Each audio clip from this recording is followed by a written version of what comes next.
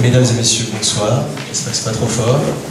Merci de votre présence parmi nous ce soir. Je suis Adrien Driemac, le coordinateur roman de l'ASIN. Je commence par les salutations d'usage, évidemment. Monsieur le conseiller d'État honoraire. Il n'y a rien de plus motivant que d'avoir Stéphane Rion qui râle sur sa titulature d'honoraire pour avoir envie de l'utiliser à l'envi. Monsieur Alain Janet, l'ancien rédacteur en chef de l'Hebdo, qui vient assurer le service après-vente de la dernière campagne. Et monsieur Guy Métan, le médiateur, qui est le directeur du Club Suisse de la Presse et qui nous fait l'honneur une troisième fois d'assurer la médiation cette année pour une conférence de l'ASIN. On le remercie. J'ai aussi la joie de saluer la présence parmi nous de 3 membres du comité directeur de l'ASIN, monsieur Kevin Grangier, monsieur le conseiller national Lutzi Stamm, qui est vice-président de l'ASIN, et bien sûr madame Aliette Cherbuin, qui est la présidente de l'ASIN Vaud. Voilà. Et je salue aussi la présence de monsieur le député suppléant Damien Rabot, qui est le chef de la région Chablais et qui nous reçoit aujourd'hui. Voilà, parce on fédéralise à l'envi et on a des régions un petit peu partout.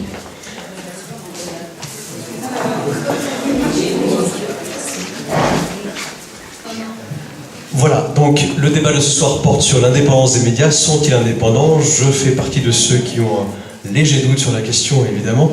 Je pense qu'on va être assez vite fixé sur ce qu'il faut en penser. Et je laisse tout de suite la parole à M. Guy Métan. Merci.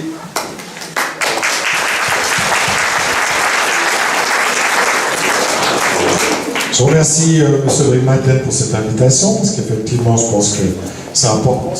C'est un thème.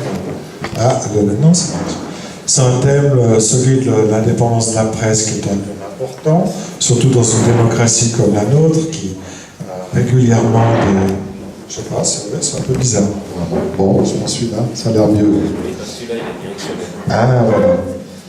Et c'est un thème important parce que dans une démocratie comme la nôtre, où nous sommes appelés à voter fréquemment, 3 ou 4 fois par an, les élections sont fréquentes, il est effectivement important que la presse, qui joue un rôle en principe, un rôle d'information, eh bien, puisse le faire en toute indépendance. Donc la question qui nous occupe ce soir, indépendance ou influence, est effectivement une question pertinente et importante. Alors, je vais tout de suite donner la parole à Oscar, parce qu'au fond, je pense que la plupart d'entre vous, vous êtes quand même venus pour l'écouter. On se demandait tout à l'heure quelle était la thèse. Si la thèse, il fallait d'abord commencer par l'affirmation de l'indépendance ou l'affirmation de l'influence. Je connais quand même un tout petit peu Oscar, je pense que sa thèse, c'est plutôt celle de l'influence, mais finalement, pourquoi pas commencer par celle-là. Donc Oscar, je vais te donner la parole, puis après, Alain Janet va développer la sienne, qui défendra plutôt l'indépendance de la presse romande, et puis on entamera le débat ensemble, et avec vous, naturellement. Oscar, je te laisse la parole.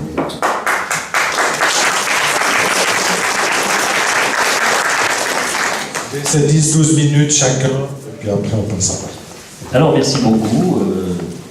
Heureux d'être de nouveau face à un public. Je suis devenu un peu agoraphobe ces derniers temps. Au chalet, les seuls qui m'écoutent et me proposent jamais, c'est les chamois, les écureuils et les renards. Donc c'est saisissant de se retrouver de nouveau face à tant de personnes. Mais comme j'ai dit avant à Alain Janet, donc, une fois qu'on a su rouler en vélo, je pense qu'on ne l'oublie pas de si vite. Donc, moi, je pense passer 1000 débats dans les pattes, donc c'est pas un de plus qui va me poser problème. Mais je suis quand même très étonné de voir autant de monde. Je pense que vous êtes tous venus pour... C'est étonnant quand même que 2 cadavres attirent autant de gens. Bon, Cadavres. je t'en troisième. Toi, t'es un bon vivant, c'est pas que je... Donc, feu l'hebdo, feu conseiller d'État, donc ça n'a pas fait long feu. On s'aperçoit qu'il y a quand même du monde qui vient. Je vais commencer donc mon petit exposé initial par une citation. Ça va étonner tout le monde, on est là pour ça, il faut aussi que ce soit un peu divertissant. Une citation de Jean Jaurès, et puis ensuite je vais suivre par un petit gag que vous connaissez certainement, peut-être que vous connaissez, pour introduire la partie théorique. Jean Jaurès disait La grande cause socialiste et prolétarienne n'a besoin ni du mensonge, ni du demi-mensonge, ni des informations tendancieuses, ni des nouvelles forcées ou tronquées, ni des procédés obliques ou calomnieux. Elle a besoin ni qu'on diminue et rabaisse injustement les adversaires, ni qu'on mutile les faits. Il n'y a que les classes en décadence qui ont peur de toute la vérité. Sacrément moderne, Jean Jaurès. Donc, je souscris totalement. Pareil qu'il était communiste. Bah, oui, si c'est ça, être communiste, là, je ne suis pas d'accord. Et le contraire de cela, auquel on est confronté, et là, c'est le fameux gag où vous avez un enfant qui tombe dans l'enclos des lions, aux eaux de Zurich, et un jeune homme qui se précipite, l'extrait de la fosse des lions, le sauve, et il y a un journaliste du Blick qui voit ça, qui s'approche et qui dit « Mais attendez monsieur, c'est extraordinaire, c'est héroïque ce que vous venez de faire, de risquer de vous faire bouffer par le lion pour sauver cet enfant, c'est merveilleux, vous êtes qui, etc. » Il s'avère que le pauvre homme est membre de l'UDC. Alors le titre du Blick le lendemain matin, vous pouvez le deviner, c'est donc un raciste suisse prive un immigré africain de son dîner.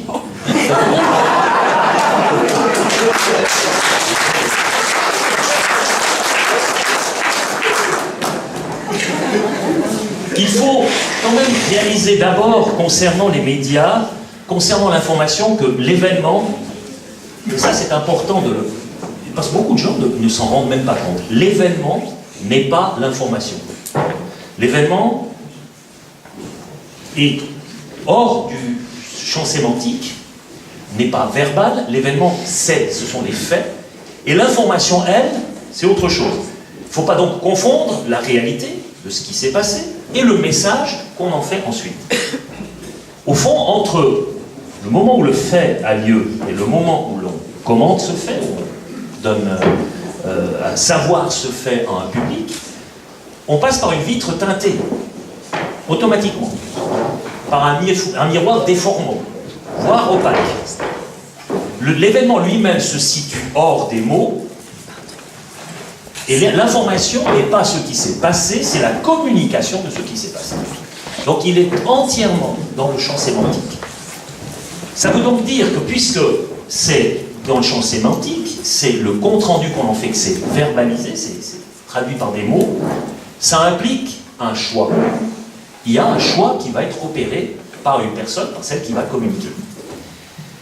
Or, ce que le public devrait comprendre une fois pour toutes, et que malheureusement je pense beaucoup de gens ne comprennent pas assez, c'est qu'il ne faut jamais accepter comme une évidence ou une nécessité ce qui relève d'un choix. Ce n'est pas ni nécessaire ni évident. L'information neutre, en soi, n'existe pas. C'est une chimère de croire que l'information puisse être neutre. Ça n'existe tout simplement pas. L'objectivité absolue n'est pas de ce monde. Aucun être humain peut affirmer cela. Le plus grand subjectif, c'est celui qui prétend être objectif. Parce qu'il n'a même pas encore remarqué qu'il est subjectif. On peut assumer sa subjectivité. On peut être moins subjectif que totalement partisan, n'est-ce pas? Ça c'est clair, mais on ne peut pas être parfaitement objectif. L'actualité, au fond, est la restitution artificielle du réel par des mots. C'est une construction de discours, une manipulation sémantique, obligatoirement.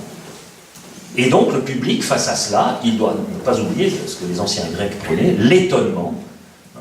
Et pour avoir cet étonnement, pour qu'il ait un sens, il faut qu'il ait un sens critique qui soit indispensable. La doxa dominante actuelle, elle est toujours fondée sur un rapport de force. Donc, le fondement du juste, c'est le rapport de force, même en démocratie. C'est ceux qui représentent le plus grand nombre qui déterminent cette doxa dominante. Ce n'est pas la minorité, à moins qu'on soit dans une dictature. Si on est dans une démocratie, ce sera le plus grand nombre qui va déterminer cette opinion publique, aussi vague et aussi floue qu'elle soit.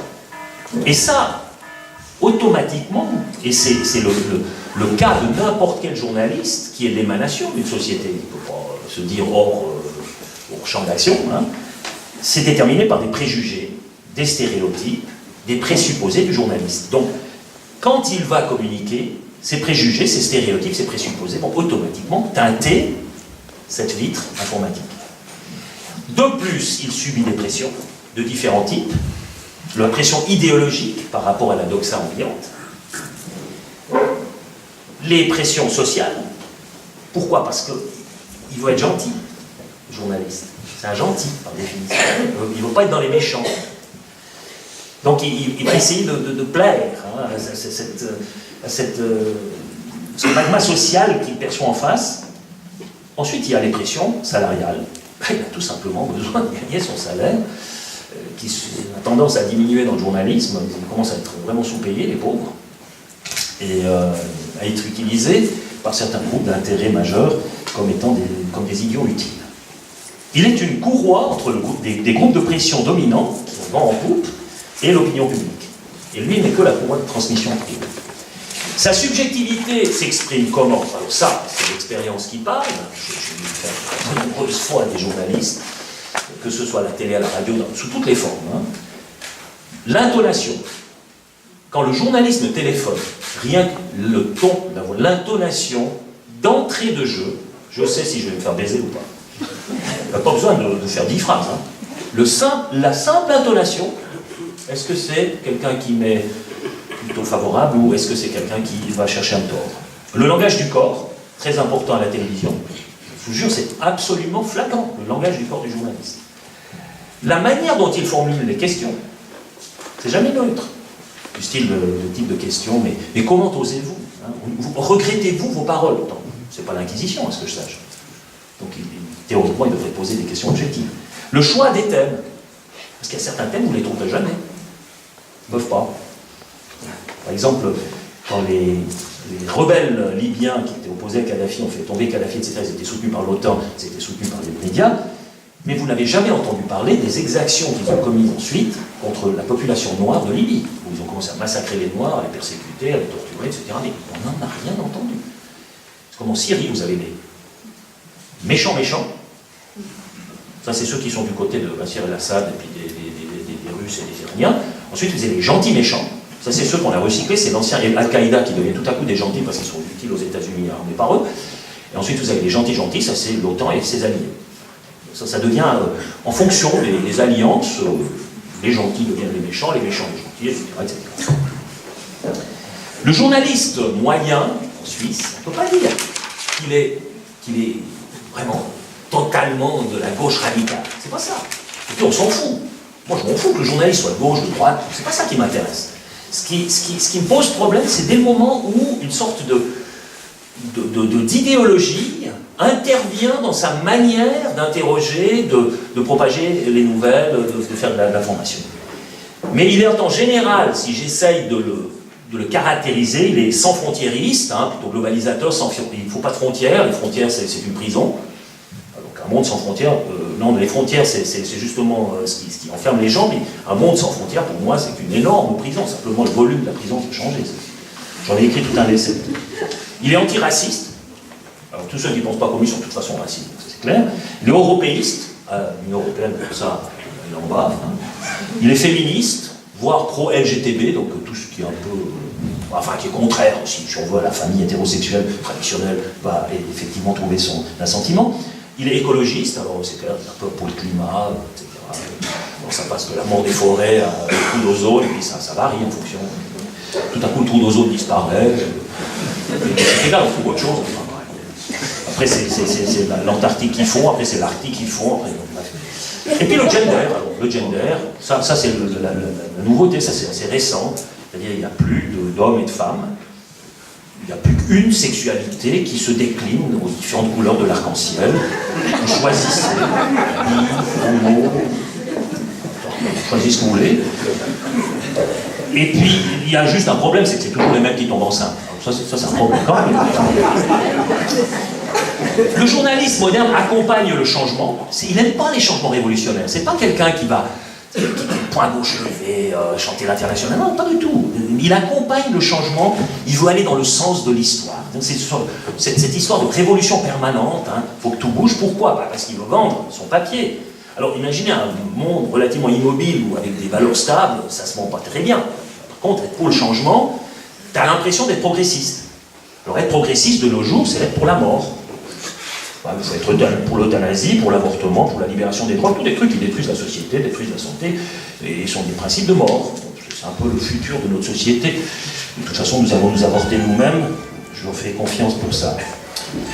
Les journalistes, entre eux, ils sont il s'auto-fertilise, si on veut, hein, c'est un entre-soi idéologique, moralisateur.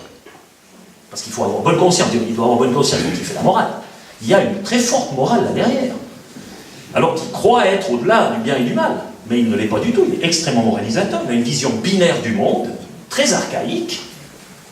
L'éthique du journalisme moderne, c'est pas la vérité, c'est le bien. Il ne travaille pas pour le vrai, mais pour le bien. Parce qu'il croit que le bien que lui défend, c'est le vrai. Donc c'est assez ahurissant. Hein, et le gars, il ne comprend pas quand on lui dit, mais enfin, ta vision du monde, c'est pas la seule possible. Ah, mais si, attends, comment pouvons-vous? On peut dire, par exemple, que la politique migratoire actuelle, enfin, de l'Union européenne, etc., c'est pas bien, ou bien qu'effectivement, les flux migratoires, on peut les stopper, il n'y a qu'à voir Orban, il a réussi. Donc c'est possible. Pour eux, non, c'est pas possible. Les journalistes, en soi, ils proposent un discours homogène, stable, auto-reproducteur, répétitif sur un nombre de sujets restreints. Ils ne sortent jamais d'un certain nombre de sujets. Donc, les sujets, il ne vaut mieux pas toucher, parce que ça devient un peu dangereux, on risquerait d'être contradictoire, d'être mis en question.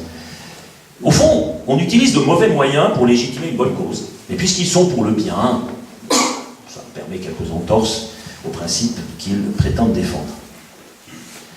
C'est comme les antifas en Allemagne, quand il y a l'AfD qui veut se réunir quelque part, ils leur rayent les voitures, ils leur pètent les pare-brises, ils leur percent les pneus, etc. C'est assez violent, ça peut aller jusqu'à la violence physique, mais ces gens se disent antifa, alors qu'ils utilisent exactement les moyens des troupes d'assaut d'Adolf Hitler. C'est assez étonnant, mais c'est le monde à l'envers. Et alors, ils sont, puisqu'ils se définissent comme tels, ils sont contre tout ce qui est extrême droite, homophobe, europhobe, climato-sceptique, raciste et nationaliste. Moi, par exemple. Je suis le salaud de service, j'ai servi à ça pendant une vingtaine d'années. Pour discréditer l'adversaire et pas devoir entrer dans l'argumentation, il y a un étiquetage discriminant qui est fait, avec phobe. Ils utilisent le terme phobe, t'es phobe. Parce que ça vient de la psychiatrie. Donc tu es en même temps, tu es un peu malade parce que tu as peur de tout, puis tu es un peu psychiatriquement pas tout à fait, tu n'as pas la lumière à tous les étages. Déjà, rien que le terme qu'on utilise pour vous désigner fait que tout ce que vous allez dire, c'est de la merde, parce que tu es homophobe. Tout ce que tu vas dire, c'est nul. Le journaliste nous donne à voir le monde à travers ses yeux. C'est ça qu'il fait. Sans s'en rendre compte. En fait, je pense même que ces gens sont vraiment convaincus de défendre la vérité et le bien. C'est pas même nécessairement du mensonge, c'est qu'ils se sont auto-manipulés eux-mêmes, ou bien c'est leur formation qui les amenait à ça. Par contre, il faut reconnaître que le journaliste a du pouvoir. Il a du pouvoir par le mimétisme, parce que finalement les gens s'imprègnent de ce langage journalistique. Ils utilisent les mots, ces gens-là, et utiliser leurs mots, c'est déjà perdre le débat.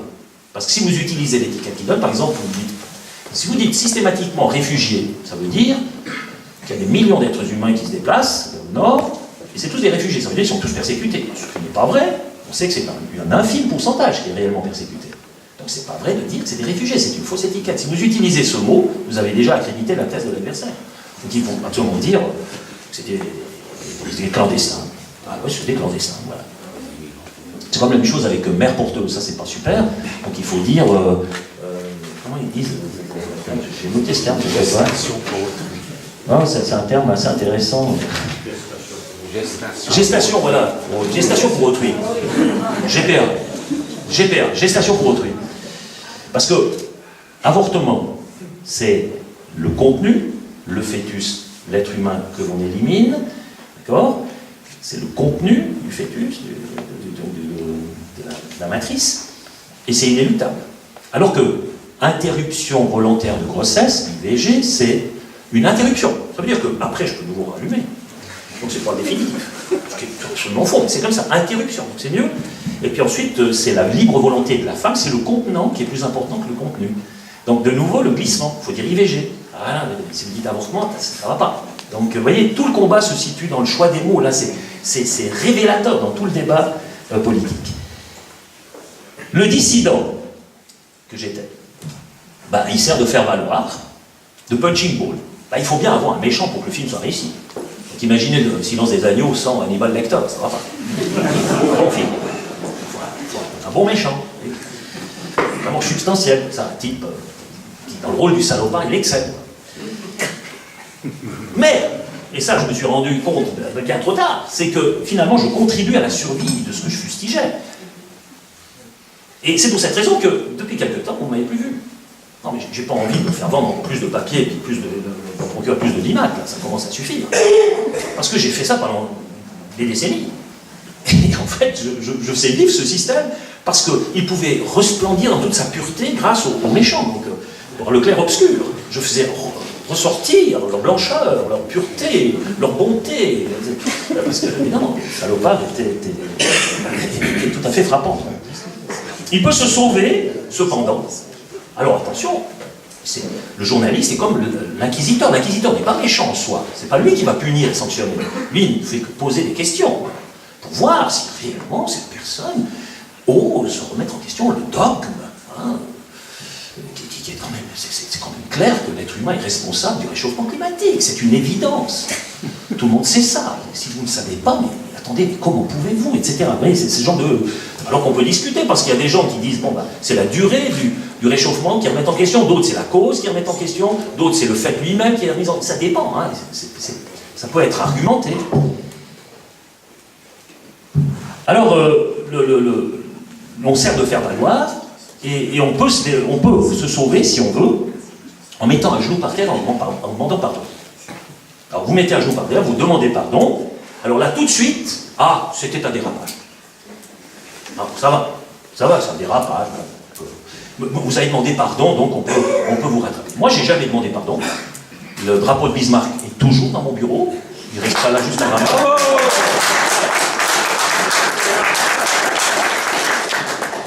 Et même après, je mettrai dans le testament qu'il reste accroché là, hein, ça c'est sûr. Pas de question, c'est une question de principe. Pas de question parce que les journalistes tout à coup découvrent. Et puis, alors il y a cet amalgame, n'est-ce pas? Ils inventent un terme qui en allemand n'existe absolument pas. Personne en Allemagne, ce terme n'existe pas. Deuxième Reich, Zweites Reich, ça n'existe pas.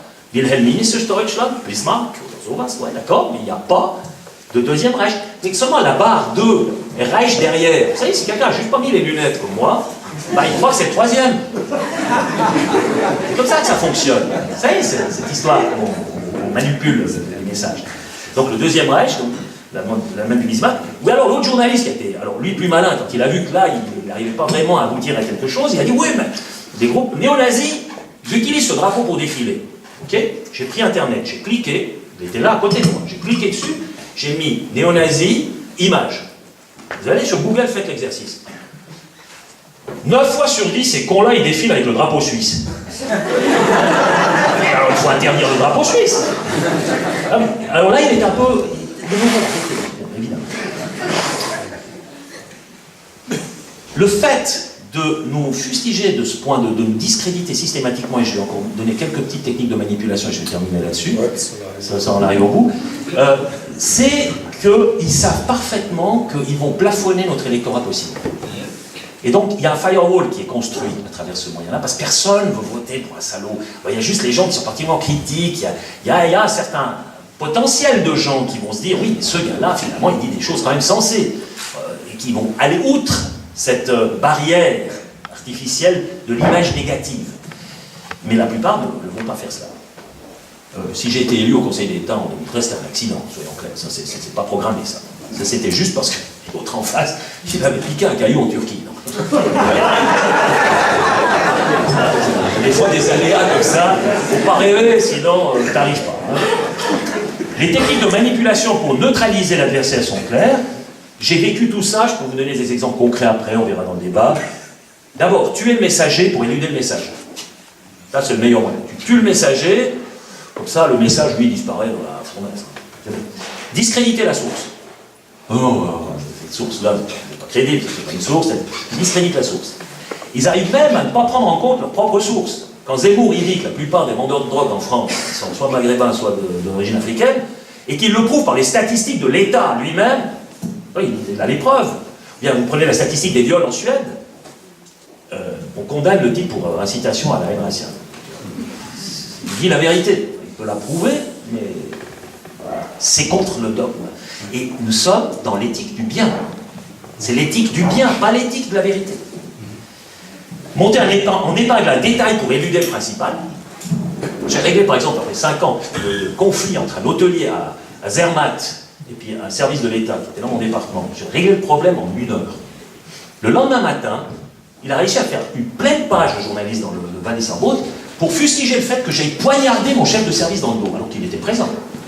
Donc on va aller sur la procédure, sur la manière, pour surtout pas devoir dire que quand ça fait 5 ans que les types ils se tapent sur la gueule et que j'ai 2 mails par jour et que tout à coup en 1 heure j'arrive à régler le problème, c'est une réussite. Non, on va trouver le détail pour ne surtout pas dire du bien. C'est comme ça que ça fonctionne. On fait commenter aussi par des consultants neutres. Alors vous avez déjà vu les consultants neutres à la télé, c'est fantastique. C'est un de plus du temps du bien, n'est-ce pas? Aider le gentil en difficulté. Ça, j'ai vu une fois avec ma marmachie, je crois que c'était tout bien, c'était Romain Jean. Il y avait Jean Ziegler. J'ai vu qu'il n'était pas très rapide dans la réaction parce qu'à un certain âge. Donc je bombardais, et puis il ne savait plus quoi dire. Et c'est l'autre qui lui soufflait les réponses. Alors j'ai thématisé, j'ai fait du métadiscours en disant, attendez, vous êtes là pour diriger le débat, pas pour lui souffler les réponses. Et ça, là, le téléspectateur, il remarque ce qui se passe. Et vous devez faire du métadiscours à ce moment-là. Et puis la dernière chose, c'est la culpabilité par capillarité. Ah, il est allé dans la cave Giroud rencontrer Depardieu. Alors Depardieu, on s'en fout, mais c'est la cave Giroud qui pose problème. Pas de ma faute s'il est dans la cave Giroud, Depardieu. Ouais, ou bien vers Berlin, il y a Elsässer, tu connais bien Elsässer. J'ai été faire un discours à Berlin. Ah, il y avait Elsässer, il y avait ces gens-là. Donc, c'est comme si vous êtes... alors que vous avez été juste invité pour faire un discours, puis ils n'ont rien à retrouver à dire dans votre discours. N'est-ce pas? Voilà un peu comment ça fonctionne. Pour une première prise de contact. Mais ça va très bien.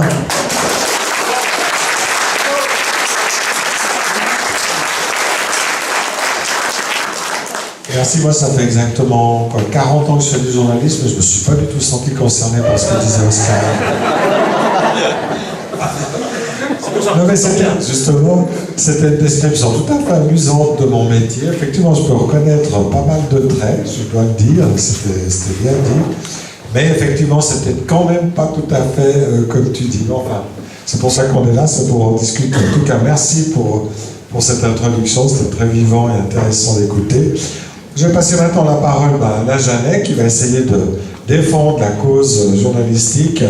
Effectivement, comme ça a été dit, il a dirigé pendant longtemps l'hebdo. Et là, je te passe la parole, après on va passer au débat.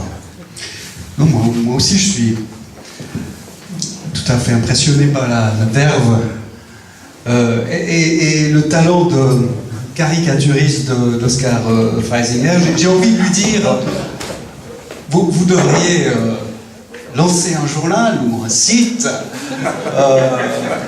Pourquoi pas?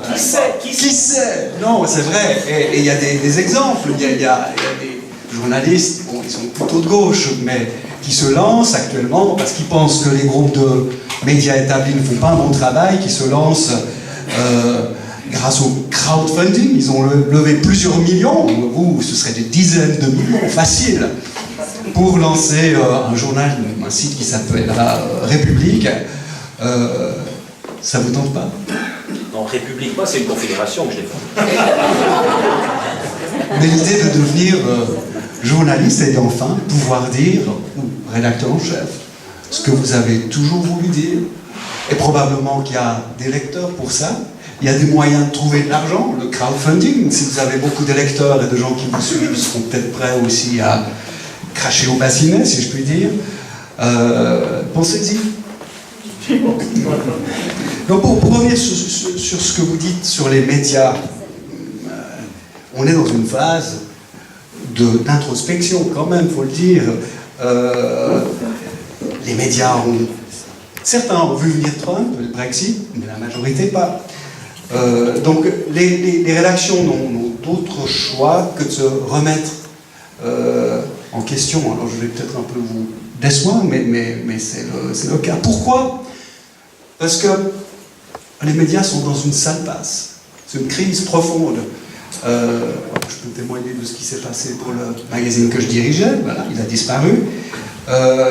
Mais enfin, bon, je crois qu'aucun des journaux régionaux, vous lisez quand même, n'est à l'abri. Et je pense que c'est important de garder des journaux régionaux ou supra-régionaux qui fédèrent et qui parlent si possible, à toutes les couches de la population. Il faut maintenir ce rôle de place du village où on discute et puis après on va voter. Je pense que c'est important. C'est pour ça aussi que je crois au rôle de la télévision de service public. Et c'est pour ça que je crois qu'il faut éviter de dire oui à nos villages, même si on est souvent, et moi le premier, énervé par la RTS qui se réforme certes, mais beaucoup trop lentement. Deux, trois précisions. Là, je redescends. Je suis presque gêné dans la pratique du métier, dans la cuisine des rédactions. Et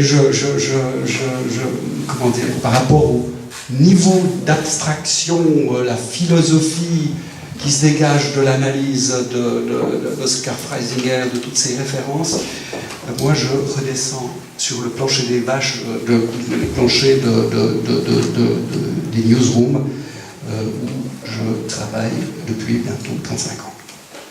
Deux, trois précisions sur le fonctionnement des médias. Quand on parle du manque d'indépendance des médias, quand on dit que les journaux sont sous influence, moi j'étais rédacteur en chef, 4 ans du magazine Bilan, 14 ans rédacteur en chef de l'Hebdo. Je n'ai jamais reçu de remise à l'ordre ou d'appel de mon éditeur. Hein, voilà.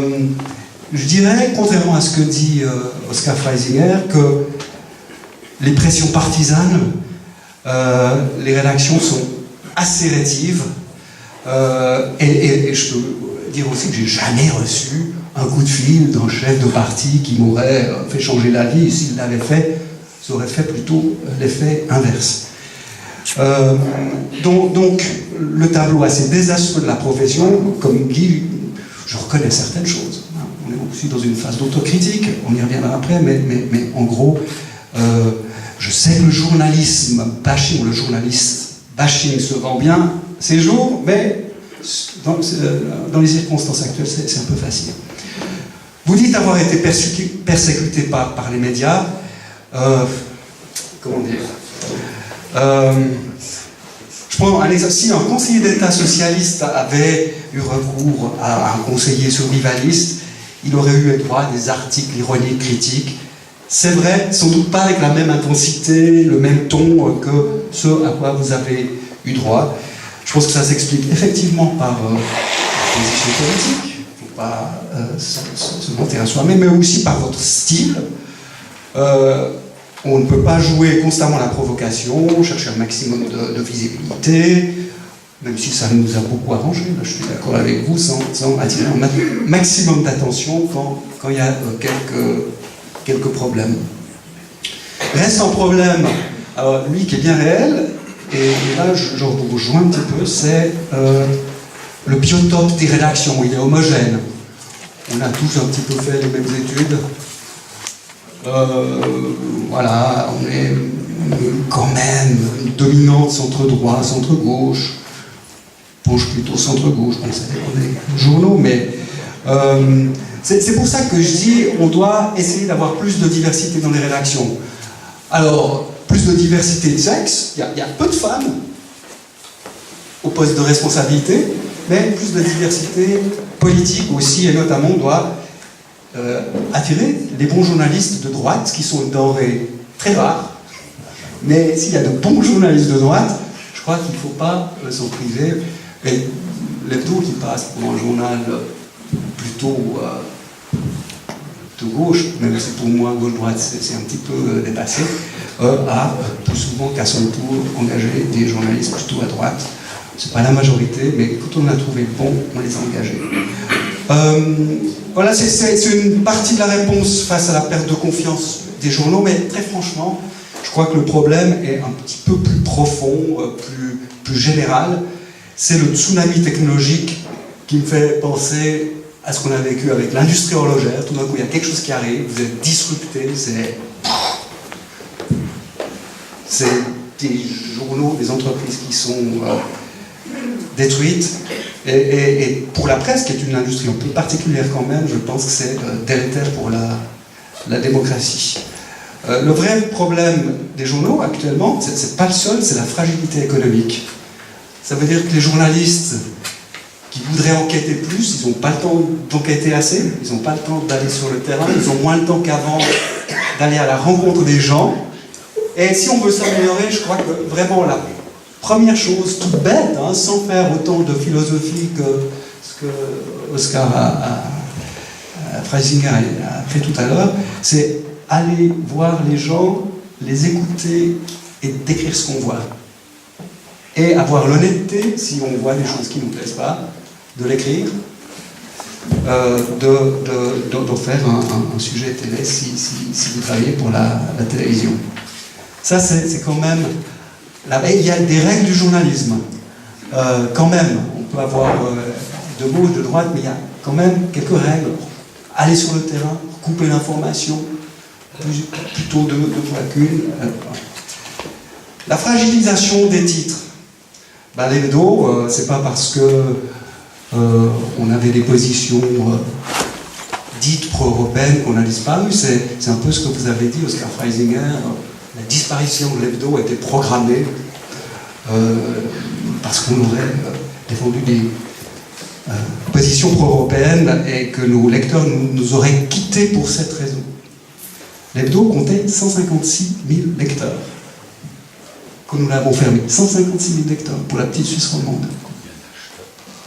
Donc, des acheteurs, comme tous les titres, c'est comme tous les journaux, pour les hebdomadaires, vous divisez par 4, vous divisez par 2 pour les... Non, mais c'est beaucoup quand même. À titre de comparaison, quand même, pour dire, la Weltwoche qui est un peu notre, qui est l'autre hebdomadaire en Suisse alémanique, sur un marché 4 fois plus grand, c'est 190 000 lecteurs. Donc, faire un lien entre la disparition de l'hebdo et les positions européennes, je crois que c'est pas la raison. La raison, elle est, une fois de plus, économique. Pourquoi est-ce que la Weltwoche survit? Elle jouit du soutien de ses lecteurs, mais aussi de M. Blocher, et tant mieux pour elle. Franchement, tant mieux pour elle. Je pense que d'avoir un journal comme la Weltwoche, c'est plus de diversité, donc c'est important pour la démocratie.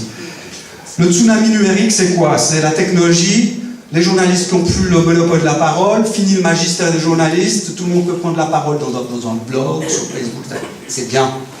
C'est un développement positif à beaucoup d'égards. Ce qu'il est moins, c'est la décision de la plupart des éditeurs de dire, ok, notre information, celle des journalistes, produite avec des gens qui travaillent toute la journée pour faire ça, cette information est gratuite. Et là, voilà, c'est une erreur historique, tout le monde le dit aujourd'hui, mais ce sera très difficile de revenir en arrière. On essaye, quand je dis on, maintenant je suis au temps, comme responsable des conférences et des événements, il y a toutes sortes d'initiatives, de choses qui se font, notamment pour réussir la transition numérique, c'est quand même ça le pari. Le temps a reçu, permettez un petit cocorico, un prix de journalisme online aux États-Unis. Voilà, je pense que le temps, comme d'autres collègues, sont partis pour réussir cette transition. On voit et j'espère que les actionnaires, les propriétaires, les éditeurs suivront, parce que cette transition, ça va prendre du temps, et c'est pas sûr qu'elle soit rentable. Mais on voit des signes positifs. Un entrepreneur comme Jeff Bezos, qui rachète le Washington Post, il est milliardaire, il a les poches profondes, et donc il peut être patient. Il amène aussi des savoir-faire très intéressants. Christophe Blocher, qui rachète des journaux en Suisse alémanique, des hebdomadaires gratuits, bravo. En France, des hommes d'affaires qui viennent pour beaucoup des télécoms rachètent des titres parce qu'ils y croient, ou ils ont peut-être des intérêts cachés, mais enfin c'est mieux que des gens rachètent les journaux et leur donnent le temps de faire cette transformation numérique. Et les éditeurs professionnels, eux, dans ce contexte, ils ont une responsabilité particulière. Voilà, les grands éditeurs suisses, ils se portent bien. Ils ont racheté des sites de petites annonces.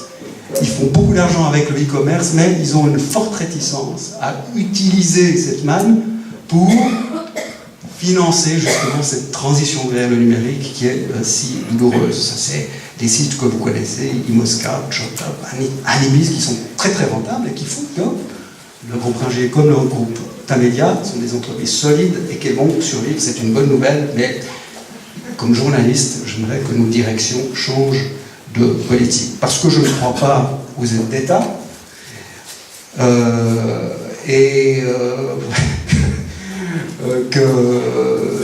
Voilà, il y a peut-être une responsabilité historique des éditeurs qui ont fait beaucoup d'argent par le passé à être un peu patients et à financer cette transition. La situation est critique pour la presse écrite, mais aussi pour les médias électroniques. Nobilag. Qu'est-ce qui se passe si c'est oui à Nobilag?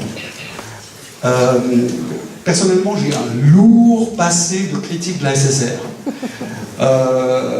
Vous pouvez reprendre la collection de l'hebdo, très critique à propos de la SSR. Récemment, j'ai écrit des éditos au moment de la votation sur la redevance en m'insurgeant contre le fait qu'on ne parle pas du rôle du service public, de ce que recouvre le service public au moment de parler de gros sous, c'est la votation sur la redevance en 2015. Encore 2 minutes, hein, d'accord, j'arrive au bout. Mais je pense que si c'est oui à Nobilag, tout le monde sera perdant. Les éditeurs privés, la SSR va perdre, eux vont pas profiter. Les politiciens qui se plaignent aujourd'hui d'être maltraités par la SSR, au moins, il y a une règle interne à la SSR, les représentants de tous les partis doivent avoir un certain temps d'antenne. Donc, M. Freisinger a été souvent à Forum, à Rouge, comme M. Perrin, etc. M. Blocher a souvent été à Arena. Et c'est bien comme ça. Donc, même ceux qui se disent maltraités perdraient, parce qu'il n'y aurait pas la même qualité et la même télévision, la même radio si la SSR disparaissait. Les Tessinois et les Romans, alors eux, seraient particulièrement perdants, il ne faut pas être naïf. Si le système qu'on appelle le système de la clé helvétique, qui est la péréquation appliquée au revenu de la redevance, disparaissait, alors c'est une croix sur des médias qui sont, on peut les critiquer, mais quand même des médias électroniques d'une certaine qualité. Donc, je dis, c'est lose-lose-lose, excusez-moi l'anglicisme, et je vous invite, qui va voter oui à Nobilag? Je peux vous poser la question? Oui. Vous savez, d'accord. Bon, ben, écoutez, je peux juste, ce sera ma conclusion, vous inciter à reprendre le sujet, à réfléchir, peut-être à voter autre chose. Il y a beaucoup de gens qui disent je ne suis pas tout à fait d'accord avec Nobilag, mais je veux donner un signal. On a vu ces derniers temps que quand on donne un signal, ça finit par passer avec la gueule de bois parfois et le chaos qui s'ensuit. Donc, s'il vous plaît, non à Nobilag. Très bien.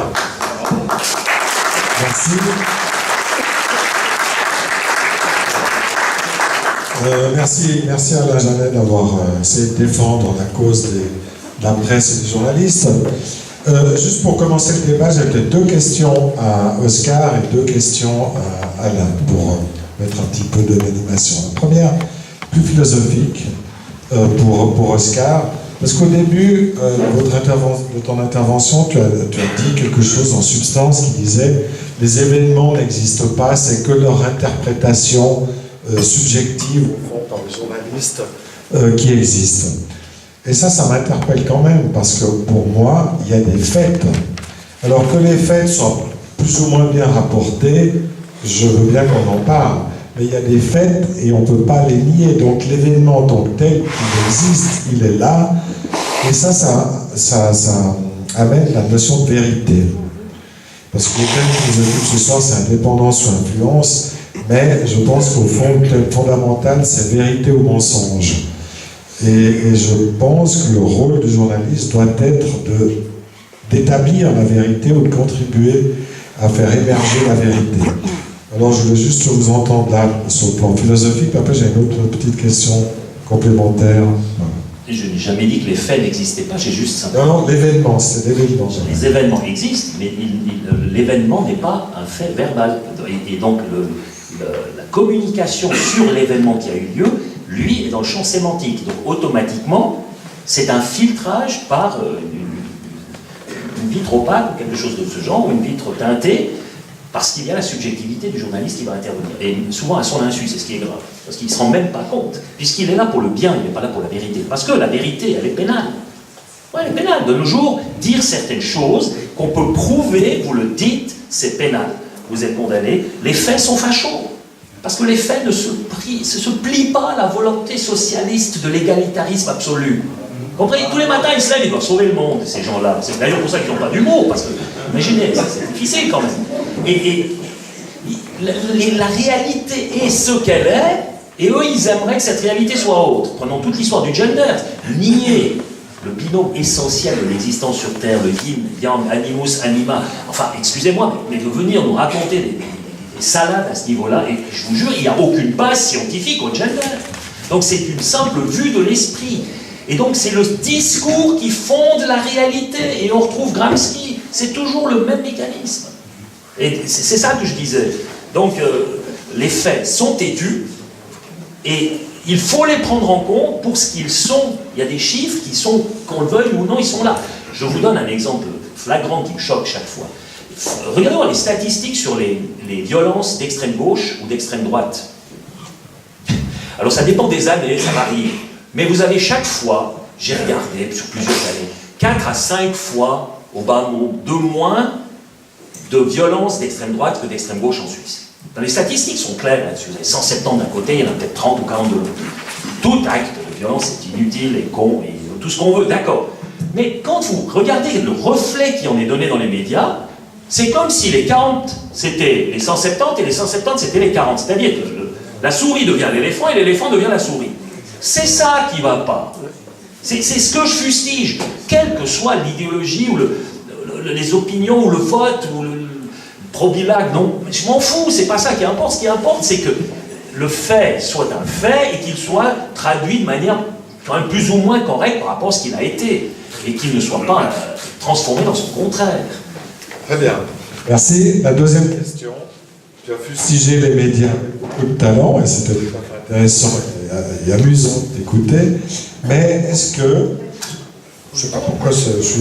C'est un directionnel. Tu dois vraiment le tenir facile. Ah, comme ça, d'accord. Parfait. Mais la question qui se pose, enfin que moi je me pose, c'est qu'en fustigeant les médias, au fond, tu as réussi à utiliser les médias en devenant la star. Et non seulement parce que tu es constamment dans les médias, donc en fait, tu fustiges ce qui te sert à exister. Tu ne serais pas là ce soir et tu ne serais pas Oscar Freisinger s'il n'y avait pas eu de médias pour te fustiger et faire de toi cet homme si connu et cet homme, justement, qui est une star des médias. Et donc là, il y a quand même un paradoxe. Puis en plus, tu arrives à te poser, alors là, je trouve que c'est avec une maestria extraordinaire, comme une victime des médias. C'est parfait dans ce rôle-là. Mais est-ce que, justement, plus qu'une victime, tu n'es pas une création? Est-ce que tu n'es pas, au fond, devenu... ce n'est pas les médias qui t'ont fait, finalement. Oui, mais quelle était l'image qui a été traduite de ma personne? Le prix à payer, il est très très lourd. Ah, je vous jure qu'il est lourd. Il a été lourd pour mes enfants. Je me suis fait foutre le feu à la maison. Je me suis fait cracher au visage. On m'envoyait pas seulement du papier toilette usagé, dernièrement c'était le laitron entier qui avait le paquet. Donc c'est systématique. Et tant que j'étais au Conseil national, ça allait, parce que j'étais dans un système où c'est moi qui déterminais finalement la médiatisation. J'avais un certain contrôle. Je prenais un sujet, je m'engageais à fond sur ce sujet, ensuite c'était un autre, par exemple les actes, toutes les initiatives Marche Blanche, ou bien les minarets, là je me suis beaucoup engagé, etc. Au Conseil d'État, c'était totalement différent. C'est plus moi qui déterminais le calendrier. Pourquoi? Parce que quand les missiles ils arrivent à une telle cadence que c'est les ordres de Staline tous les matins sur la gueule, vous n'avez plus le temps de respirer et on vous a à l'usure. Je vous jure, à la fin, j'étais à 2 doigts de crever. J'étais à deux doigts de crever, parce que ça ne va tout simplement pas. Et là, ils ont très très bien joué, parce qu'ils ont compris que de toute manière, c'était un scrutin majoritaire, donc il vous faut 50%. C'est pas comme un scrutin proportionnel comme au Conseil national.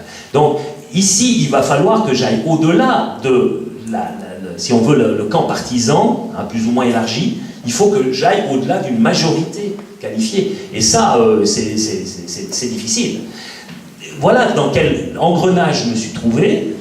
Et là, les médias, il y avait un mot d'ordre très clair, hein, je le sais par les journalistes du Nouvelliste eux-mêmes. Chaque fois que c'était un événement positif dans ma gestion de l'État, c'était réduit à rien du tout. Et chaque fois que c'était potentiellement scandaleux, double mandat, voyage à Berlin, San Giorgio, ces trucs-là, alors là, c'était la couverture, la pleine page. Et je donne 3 exemples. Je fais une fois, non mais c'est pas assez flagrant, juste pour vous dire, on veut parler de pratique. Je vous donne du pratique. Je fais une conférence de presse. J'ai donc 2 départements, parce qu'en fait, j'ai toute l'éducation et la formation, puis toute la sécurité et les justice. Bon. On fait une conférence de presse commune parce que c'est la prévention routière au début de l'année scolaire. Les enfants font un projet, une affiche pour la prévention routière, en collaboration avec la police. Je fais une conférence de presse, j'invite les médias, un conseiller d'État, responsable, conférence de presse. Il y a le chef de la police, il y a Madame Fabienne Bernard pour le TCS, il y a moi, etc. Et je donne le prix à la classe qui a gagné. Christian Barraud donne aussi un prix à quelqu'un, puis Fabienne Bernard aussi. Le lendemain matin, une pleine page dans le Nouvelliste. J'ai dit, ils ont dû avoir une absence, là, c'est pas possible. Ils sont malades, alors le rédacteur n'a pas veillé au grain, je lis la page. Alors tenez-vous bien, il y avait une interview de Christian Barraud, il y avait une interview de Fabienne Bernard, il y avait les enfants, il y avait tout était très très bien décrit. Et tenez-vous bien, moi j'étais absent à ma propre conférence de presse. Je déconne pas, je peux vous montrer la page. Vous vous dites, mais c'est pas vrai. J'étais absent, je n'existe pas. Nulle part, je n'existe pas. La même chose, ça c'est pour les méthodes staliniennes. Donc je transmets le prix, le prix sportif cantonal au sportif le plus méritant. Alors ils ont réussi à faire la photo, puis alors elle a coupé, mais ils ont oublié de photoshopper ma main. Donc il y a quand même la main autour du prix. Ils ont coupé pour que je ne sois surtout pas sur la photo. Non mais ça fait... Vous voyez ça, vous vous dites, mais ça va ou bien il y a ce genre de choses, ou bien alors l'IUKV, ça est la meilleure. Donc ça c'était une sorte d'institut qui servait à recycler les radicaux qu'on n'avait pas pu placer en politique. C'était un peu le parti radical qui utilisait ça comme... voilà. Et ça a été pendant 20 ans. Et c'était au bord de la faillite parce que, tout simplement, le financement confédéral n'était plus garanti. Donc je trouve moyen de transformer ça en 2 facultés universitaires, l'Université de Genève pour les droits de l'enfant, l'Université de Lausanne pour le tourisme, avec en plus la Confédération qui met dans le panier de la mariée passer 2 millions. C'est extraordinaire. J'arrive à 2 millions d'heures. Ces 2 facultés universitaires, ça se garantit, ça fait plus de 50 places de travail, pas mal d'étudiants qui viennent, et la survie sur la durée est garantie et ça ne coûte pas un centime de plus à l'État. Eh bien oui, c'était dans le Nouvelliste, je vous dis, l'article il a fait peut-être 5 cm sur 3 cm, et puis mon nom a juste été cité à la fin, j'étais quand même encore présent là. C'est tout. Imaginez voir si un de mes adversaires politiques, socialistes ou autres, avait réussi cela. Je vous jure, il aurait eu la couverture du Nouvelliste. Donc le mot d'ordre qui était donné très clairement, et les journalistes me l'ont confirmé, quand c'est Fraisinger, tout ce qui fait de bien, ne pas en parler. Mais dès qu'il y a un scandale possible, vous mettez en exergue. C'est du vécu. Et vous savez, je termine encore sur un truc qui est encore beaucoup plus intéressant. Vous savez, le jour où j'ai compris que tout ce que je pensais en mal des médias était vrai, eh bien c'est pendant les 6 mois où je les ai tous eus de mon côté. Et je vais vous dire quand, c'était pendant la campagne en 2013, quand Christian Barraud a piqué son caillou là-bas. Tous les médias de mon côté. Et je vais vous dire jusqu'où ça a été. Éric Felet, qui demande de manger avec moi, il me demande ce qu'il peut faire pour moi, pour avoir la peau de Christian Barraud. Éric Felet! Il faut imaginer, le type, s'il peut me fusiller à la Kalachnikov, il le fait. Il demande de manger. Il y a Arena, télévision suisse-allemande, qui me téléphone. Écoutez, on est 4 semaines avant les élections en valaisanne. À partir de 3 semaines, on ne peut plus faire de débat avec vous. Mais là, on aimerait vous donner un coup de main. On vous invite à Arena vendredi. C'est super, c'est quoi le sujet? À vous de nous le dire. Et je déconne pas. Ah, alors bon, je ne sais pas trop, alors il disait, est-ce que l'euthanasie, un sujet de mort, c'est pas très électoral. Je dis non, mais par contre, l'alcoolisme chez les jeunes, Comme ça, j'ai dit, je peux faire de la pub pour le vin valaisan, c'est pas mal. Oui, bref. Donc le sujet. Ensuite, je dis, mais c'est qui les autres participants au débat? Mais qu'est-ce que vous pensez? Qui on pourrait inviter? Là, j'ai proposé des gens, ils m'ont invité ces gens. Donc j'ai pu déterminer le sujet. Les gens qui participaient, ils m'ont servi un caviar. Comment voulez-vous que Christian Varron ait une chance d'être élu quand vous avez tous les médias qui vous soutiennent de cette manière? C'est que deux exemples particulièrement frappants de cette campagne. Ce jour-là, j'ai su, parce que j'étais du côté de celui qui bénéficiait, que généralement, on me l'a mentionné, j'étais de l'autre côté, tout ça était vrai. Par l'autre effet. Ce jour-là, j'ai pu douter.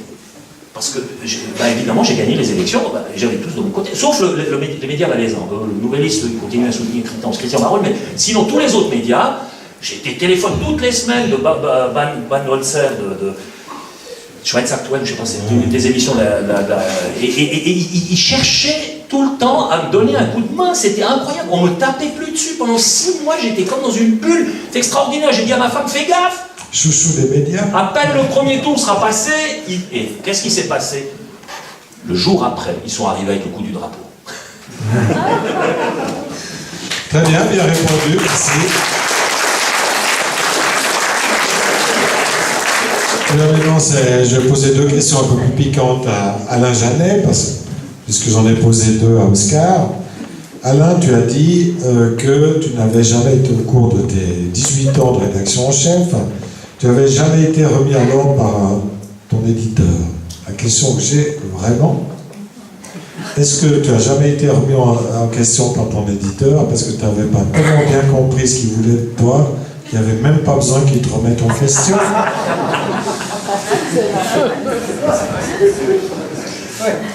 Oui, c'est une bonne question.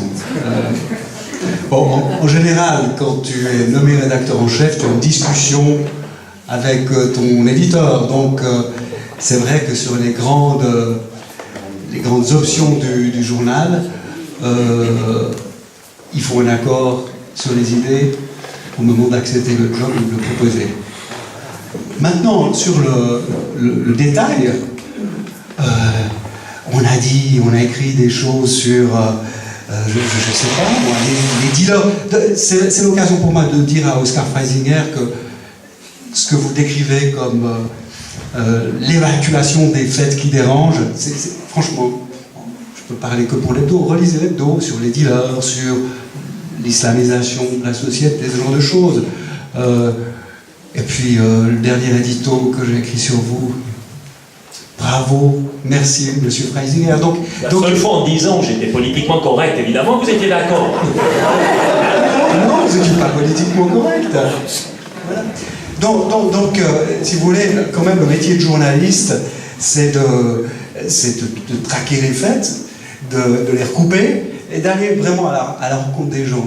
Bien sûr qu'il n'y a pas d'objectivité, mais il doit y avoir, d'abord, le plus de professionnalisme possible. Voilà. Et puis après, l'honnêteté pour essayer d'expliquer dans quelles circonstances. Et puis, donc moi j'ai jamais prétendu à, si vous voulez, l'objectivité absolue. Mais l'honnêteté, je pense que c'est important, d'une part. Et d'autre part, quand on se trompe, c'est important, par exemple, de publier des rectificatifs ou de donner, non pas un droit de réponse, parce que le droit de réponse, c'est quelque chose de très particulier, mais d'offrir une place de choix dans le courrier des lecteurs. Voilà. Maintenant, j'ai pas tout à fait... Est-ce que j'ai répondu à ta question? Pas tout à fait. Pas tout à fait. Ouais. Mais je peux pas répondre autre chose que... Il y a tout pire qu'un politicien. que la vérité, en tout cas telle que, honnêtement, je l'aperçois. Merci. Moi, je me suis opposé une fois à mon éditeur et ça m'a valu la porte quand même. Ah oui, quand j'étais rédacteur en chef de la Tribune de Genève et que j'étais opposé à la fusion du Nouveau Quotidien et du Journal de Genève. C'était en 1998. Donc c'est vrai qu'on connaît les limites, et les éditeurs, quand on s'y oppose, ils savent vous faire voir où est le pouvoir. Mais ça, c'était juste une anecdote. Mais alors, si je n'ai pas eu la force de conviction suffisante pour persuader mon éditeur de continuer à soutenir l'hebdo dans une phase de transition. Ouais. Pourtant, je pense qu'on avait un bon projet. Voilà. J'avais une deuxième question aussi un peu piquante, parce que tu as dit que le problème numéro 1 de la presse, c'était la fragilité économique. Ce qui est vrai, je ne vais pas nier ça, mais est-ce que l'économie n'a pas bon dos dans cette histoire? Est-ce que la vraie question, est-ce que si la presse est en difficulté, est-ce que c'est pas parce qu'elle a trahi ses lecteurs? Au fond, qu'elle a abandonné ses lecteurs au bord de la route, parce que justement, là je rejoins un peu la thèse d'Oscar, parce que finalement, en épousant la cause du bien, pour reprendre sa terminologie, par rapport à la cause du vrai, elle a justement un peu trahi l'électorat.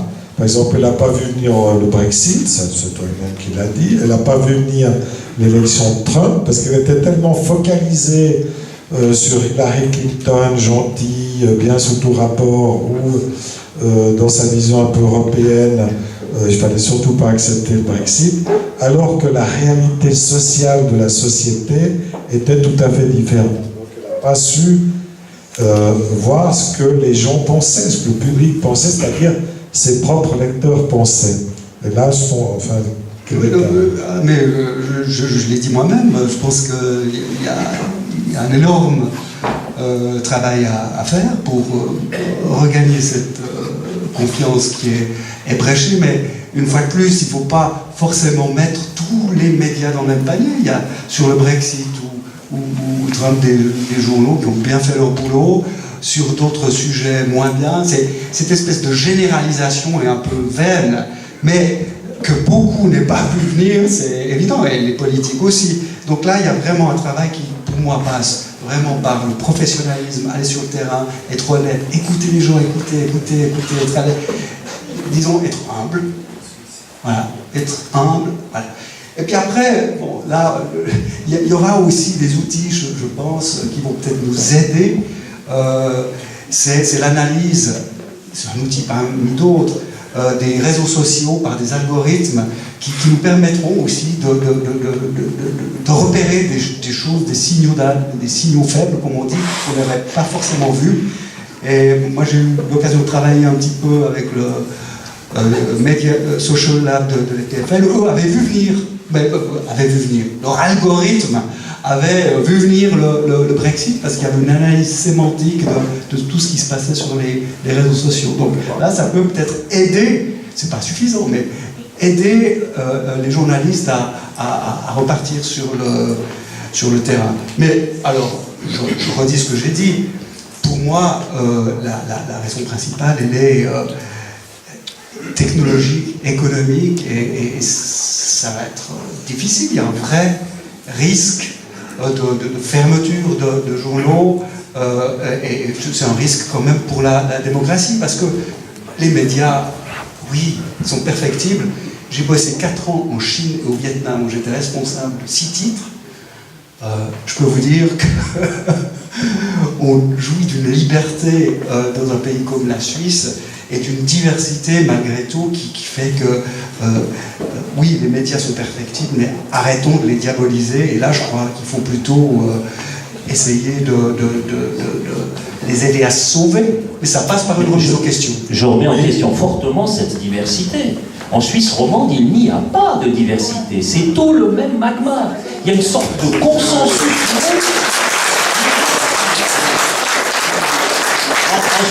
En Suisse allemande, oui, parce que vous avez différents groupes. Il y a entre autres la Basler Zeitung, la Weltwoche, qui effectivement soulève souvent les lièvres. Ensuite, vous avez encore quand même...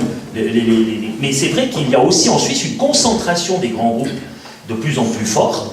Et ça tue la diversité. Et venir me dire que les actionnaires, que les commanditaires là-dedans, ils n'aient pas d'influence sur la ligne rédactionnelle. Bon, j'imagine aucun journaliste aller systématiquement faire des articles contraires à la conviction de celui qui paye. Parce que celui qui paye commande.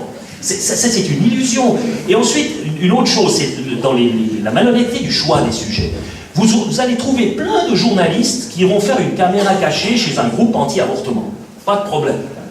Alors là, c'est la caméra cachée, groupe anti-avortement, nanana, parce qu'on va toujours dénoncer ou enquêter sur ceux qu'on n'aime pas. Par contre, une caméra cachée dans un centre de planning familial, mais vous oubliez, vous en avez déjà vu, vous? Moi, jamais. Ça n'existe pas, ça n'existe tout simplement pas. Enfin, voilà. Après, par exemple, des études sur les néo-réacs. Ah ouais, ça, c'est sûr, garanti. Mais sur les néo-bien-pensants, jamais. Jamais, parce qu'ils sont eux-mêmes tous bien-pensants, donc ils ne vont pas faire une étude sur eux-mêmes. Donc, c'est ça le problème. Alors, s'il n'y a pas de diversité... Non, au sein d'un même titre, dans beaucoup... voilà, moi je suis plus près du temps maintenant, vous avez, prenez l'exemple des coûts de la santé. Vous avez vraiment une diversité de points de vue, un point de vue très libéral d'un journaliste et un point de vue assez différent d'un autre. Donc il y a une place, si vous voulez, la ligne rédactionnelle du temps est quand même, défendre la vision d'une Suisse ouverte, libérale, donc il y a certaines choses probablement que le temps n'écrira pas, mais au sein du temps, il y a dans les pages opinion place pour une certaine diversité. Et les journalistes n'ont pas, sur certains sujets qui intéressent beaucoup les Suisses, comme les caisses maladies, le système de santé, ça intéresse beaucoup les Suisses, peut-être plus que les histoires de genre. Sur ces questions-là, il y a une diversité d'opinions. Voilà. Un petit réponse pas probable. Le débat. Ce que je ne voudrais pas, je ne crois pas que les journalistes soient de la gauche radicale. Ça, c'est pas vrai. Ils ne le sont pas. On a vu avec l'histoire de Macron, on s'est aperçu que tout à coup, au fond, les électeurs de Fillon et les électeurs PS, tout à coup, se sont assez facilement retrouvés pour suivre le phénomène Macron. Donc, au fond, c'est une illusion. Ils ne sont pas en opposition, ils sont simplement au service du même grand capital qui maîtrise les médias. Et on sait que Macron est une construction médiatique de A à Z, il y a Bolloré derrière, on sait les grands noms qui sont derrière. Donc, ce qui est pernicieux, c'est que sur les thèmes qui intéressent ceux qui payent, sont des thèmes économiques, politique salariale, les intérêts économiques qui sont directement touchés. Alors là, il n'y a pas de pardon. Par contre, ils sont très contents que ces journalismes, par exemple sur la question gay, sur la question des libertés publiques, qui sont mollement pro-migrants, etc., ces thèmes-là ne gênent en rien l'actionnariat, qui aura plutôt même tendance à les encourager, parce que cette comédie de journalisme spontanément de gauche fournit l'apparence de la preuve de l'existence d'une opposition loyale. Elle est nécessaire à la bonne marche du système. Elle flatte l'amour-propre des journalistes qui se prétendent libres et protègent en même temps leurs actionnaires. C'est en fait totalement pernicieux. Parce que c'est un alibi d'avoir des journalistes qui ont l'air un peu comme ça gauchisants. Mais jamais ils oseront l'être jusqu'à la dernière conséquence comme un Jean Jaurès par exemple. Jamais. Donc si encore ils avaient ce poil au cul là, mais c'est des lâches. On les comprend, ils sont tellement mal payés qu'ils en ont peur pour leur salaire. Évidemment. Mais c'est la réalité, la triste réalité de la presse aujourd'hui. Et elle est en train de se suicider elle-même. Merci.